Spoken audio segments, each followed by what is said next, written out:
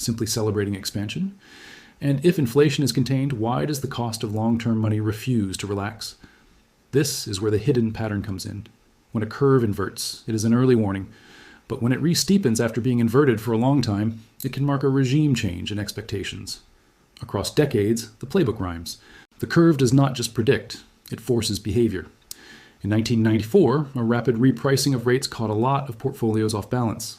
The lesson was that duration can hurt quickly when the market decides the long end needs a new price. In 1998, global stress and liquidity dynamics produced a flight to quality followed by a sharp reversal, and the curve's shape became a map of fear and relief. In 2000 into 2001, the story everyone told was about technology and growth. But as funding conditions shifted, the curve reflected the changing cost of capital, and the unwind followed. The point is not to relive those years. The point is to notice the recurring pattern. When long rates and curve structure change quickly, portfolios do not just think, they react. In 2006 into 2008, the inversion era lasted long enough for complacency to build. People argued about whether the signal still mattered, whether globalization changed it, whether housing finance made it obsolete. Then the curve re-steepened. Not because everything was fine, but because the market was repricing risk and anticipating policy response. The result was not a smooth glide path. It was a dislocation that redefined how people think about leverage, liquidity, and the difference between price and risk. Then look at 2019 into 2020. The curve's behavior was again part of the story, and the lesson was that a late cycle curve can steepen quickly when policy shifts and risk perception changes. Again, it was not a straight line. It was a sequence of accelerations. I am not saying today equals those years. Markets rhyme, they do not photocopy. But the mechanism repeats. Long inversions create narratives. Rapid re-steepening breaks narratives. And the break force is repositioning. The reason this pattern has not shown up like this in years is that the ingredients are layered. You have a heavy issuance calendar. You have a central bank that may keep policy restrictive longer than many assumed. You have an economy with pockets of strength and pockets of fragility. You have inflation expectations that can look stable in one window and stubborn in another.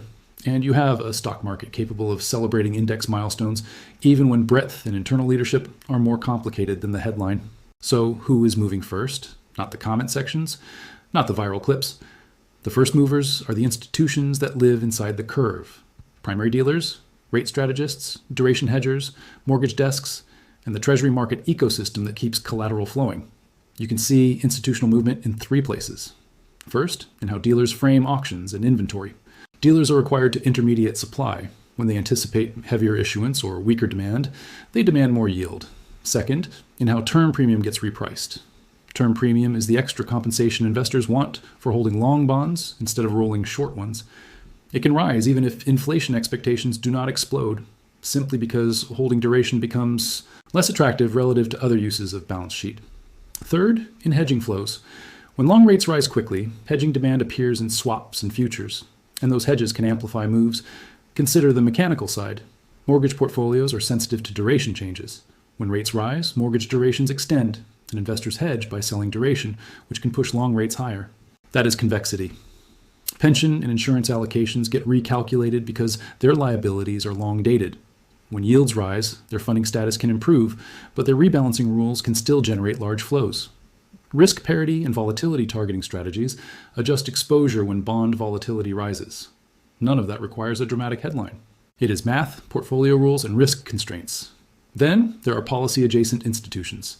The Treasury's issuance choices shape supply. The central bank's balance sheet trajectory shapes demand. Even without a dramatic announcement, markets infer a lot from cadence.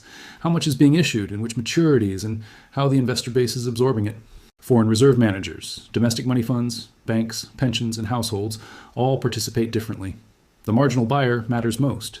That is why you often see the curve move before the narrative catches up. The narrative is the press release. The curve is the vote. Now let's talk about the dislocation, because this is where the story becomes impossible to ignore.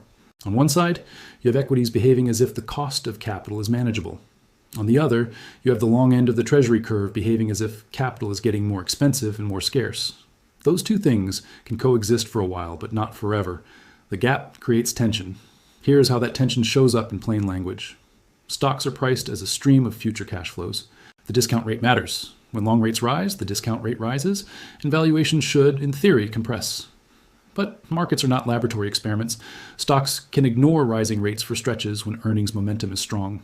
when liquidity conditions feel supportive, or when narratives overpower spreadsheets. That is the everything is fine phase.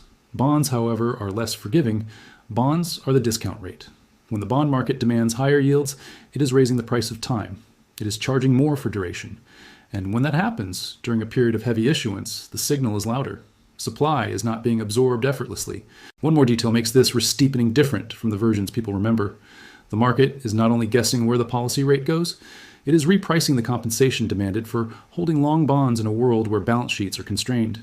When banks and dealers hold treasuries, they are not just making a directional bet. They are managing capital rules, liquidity ratios, and the simple reality that every balance sheet slot has an opportunity cost. If dealer inventories build ahead of auctions, yields often have to rise to clear that inventory. If official sector demand is steady but not growing, private balance sheets become the marginal shock absorber, and they demand a higher term premium for doing it. That is why you can see a strange split. Short-term expectations can look anchored while the long end refuses to cooperate. It is also why the same economic data point can push markets in opposite directions. A strong number can lift stocks on growth optimism, yet push long yields higher on the idea that policy stays tight and supply keeps coming. A weak number can calm yields for a moment, yet widen credit spreads as investors worry about cash flows. The curve becomes the translator between those reactions, and right now it is translating one message. The price of long duration is being renegotiated. That negotiation is why this pattern feels rare and dangerous. There's another dislocation that often appears alongside this one. The official story can be that inflation is cooling and risk is stable, while real-world borrowing costs do not reflect that calm. You can see this in mortgage rates that stay elevated even when some inflation prints soften. You can see it in corporate issuance that prices with wider concessions. You can see it in municipal markets that demand more yield relative to treasuries. These are all different windows into the same fact. Long-term money has its own pricing logic, and it does not always wait for the narrative. So the dislocation is this. The stock market celebrates a milestone close, while the bond market tells you funding costs are being repriced at the long end. And the re-steepening is not simply a happy growth curve. It is a curve with supply pressure and term premium written into it. This is the part many people miss. Re-steepening after inversion can be a trap if you assume it automatically means recession risk is gone. Sometimes it means stress is relocating. Instead of showing up as an inverted curve, it shows up as a rising term premium, weaker long end, demand, and a higher hurdle rate for every asset that needs financing. Now let's put hard numbers on the evidence, because numbers force clarity. 72% 10-year minus 2-year spread in early February 2026 is a meaningful positive slope after a long inversion. It means the market is now paying materially more for 10 years of lending than for 2 years. The shift implies that the market either expects short-term rates to come down meaningfully over time, or it expects to be paid more for long-duration risk, or both. The key is which side is moving. When the curve steepens because the front end falls, it often reflects easing expectations. When it steepens because the back end rises, it often reflects term premium and supply pressure. Second, the speed of the widening is a signal about positioning stress. A fast steepening changes hedging costs. It changes carry trades. It changes the level at which portfolios rebalance. It can force those who are short volatility to buy protection. It can force those who rely on stable correlations to rethink assumptions. Third, the supply frame is concrete. A borrowing estimate around $574 billion in a quarter means the market must digest a steady pipeline of issuance. Every auction asks the same question. Who is the marginal buyer at this yield? If the answer is uncertain, yield rises. Fourth, the 10-year auction on February 11th is the kind of event that can either validate calm or expose fragility. Auctions are where the narrative meets a ledger. They reveal whether demand is deep or shallow. They reveal whether buyers are price sensitive. They reveal whether dealers are forced to take down more than they want. In a steepening environment, those details matter. Fifth, the equity contrast is the psychological trap. A Dow close above 50,000 feels like stability, but internal equity performance can still be mixed. Some indices can be flat or negative year to date, even while one index prints a milestone. That is why surface-level optimism can coexist with underlying repricing. Now let's make the mechanism simple without making it simplistic. Imagine the financial system as a set of water pipes. Short-term rates are the valve that controls immediate pressure. Long-term rates are the slope of the pipe that determines how much water it takes to push flow through time. When the slope steepens, because the long end rises, water still flows, but it takes more pressure to maintain the same flow. Over time, that changes behavior. Borrowers refinance less. Projects get delayed. Valuations adjust. The system does not collapse instantly. It adapts, often unevenly. Now add a supply surge. The government needs to issue more bonds, which is like adding more water demands to the system. That extra demand must be matched by supply, and the price for balancing the system becomes yield. If the buyer base is not eager at the current price, the price changes, then add leverage. Many strategies borrow short to buy long and earn the spread. When the curve was inverted, that trade was painful. When the curve re-steepens quickly, the trade can return, but it can also become dangerous because the re-steepening is not always driven by a friendly falling front end. If the long end is rising fast, funding trades and hedges can get squeezed. A small move becomes a big move because of forced adjustments. This is how re-steepening can coincide with volatility even when headlines look calm. It is not about panic, it is about mechanics. Now, what does this suggest going forward? Historically, when the curve re-steepens rapidly after a long inversion, one of three broad paths tends to follow, and each path leaves clues. In a conservative path, auctions go smoothly and long rates stabilize. The curve remains positive but stops steepening aggressively. Markets interpret it as normalization. Risk assets can continue higher, but leadership often rotates. Investors reward earnings, quality, balance sheet strength, and pricing power more than pure narrative. Volatility can stay contained, but it becomes spikier around data and auctions because the system is sensitive to marginal rate changes. In a moderate path, the long end continues to face pressure from supply and term premium. Long yields drift higher. The discount rate gravity becomes harder for equities to ignore. The result is usually not one dramatic event, but a choppier regime. Sharp rallies, sharp pullbacks, a market that punishes complacency and rewards risk control. Correlations shift. The old playbook of buy every dip can work until it does not, and the transition can feel sudden. In an aggressive path, steepening accelerates because something breaks. It could be an unexpectedly weak auction. It could be a sudden repricing of inflation risk. It could be a shock that forces leveraged players to reduce exposure. In that case, liquidity becomes the central variable. Assets that were supposed to diversify can move together for a period. The market can look calm one day and violent the next because the plumbing, not the headlines, is driving outcomes. Notice what I am not doing. I am not issuing a guaranteed prediction. I am describing what this pattern has historically led to, and what indicators tend to matter when the curve behaves like this. So what are the indicators that tell you which path the market is choosing? Watch the auction results, not the commentary, the details. The tail, the bid to cover, the composition of buyers. Watch whether the long end rises on good news and stays sticky on bad news. That suggests term premium is in control. Watch credit spreads for signs that funding stress is spreading beyond treasuries into corporate borrowing. Watch equity breadth and leadership for signs that the rally is broadening or narrowing. Watch whether the curve steepens because the front end falls or because the back end rises. Those are different stories with different downstream effects. Also watch the quiet places. Repo conditions, swap spreads, and the way volatility is priced in rates. These are not always front page topics, but they are the pressure gauges. Now here is the divide.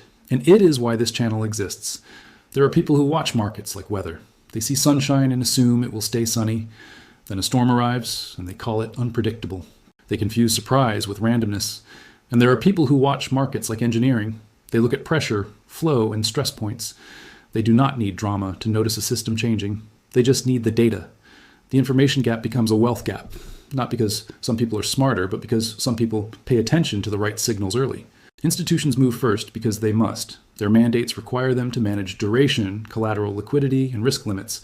Households and casual observers move last because headlines arrive last. The curve is one of the earliest signals because it sits at the center of funding.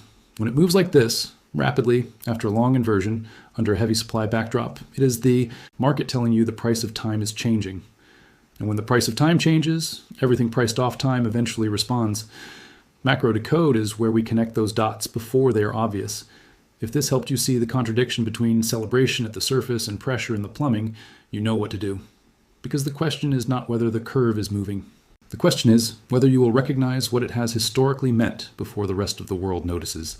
The moderate scenario is a recognizable gap between quoted prices and real transaction prices in the channels where metal is actually changing hands. The aggressive scenario is a short, sharp stress event that forces the market to re-rate the value of settlement certainty, after which new rules and new habits become normal. Notice what all three scenarios have in common. They are not about predicting a single number on a chart. They are about watching for indicators of strain, watch for sustained official buying, watch for persistent declines in accessible inventory, watch for unusual moves in funding and leasing, watch for widening spreads between different settlement venues, watch for sudden shifts in exchange policies that make certain behaviors more expensive. These are the fingerprints of a system protecting itself. And there is a deeper implication. When gold's share of global official reserves rises to around 20%, overtaking the euro near 16%, it reflects a reordering of what institutions consider neutral. The euro is a currency. It is also a political project. Gold is neither. It is a settlement asset that does not rely on another issuer's policy decisions. That distinction becomes more important when the world is less cooperative and more fragmented. In that environment, bullion is not a bet on chaos. It is a hedge against single points of failure. Now, the divide that matters. Those who understand this are not necessarily smarter. They are simply paying attention to the right layer. They are watching the plumbing and the incentives. They are watching what institutions do, not what they say. Those who do not understand it tend to arrive at the same conclusion later, but with fewer choices and more emotion, because they only see the result, not the setup. The information gap becomes a wealth gap, not because anyone is entitled to an outcome, but because timing is built into the structure. Institutions move first because they have mandates and they have data.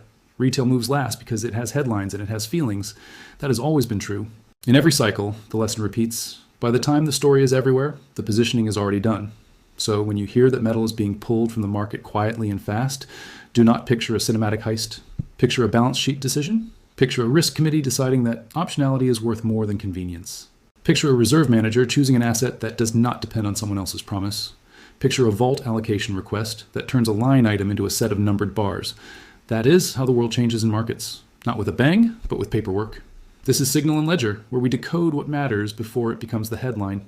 If this connected dots you had not seen, you know what to do. The question is not whether the pattern unfolds. The question is whether you recognize the setup early enough to understand what the next headline will actually mean.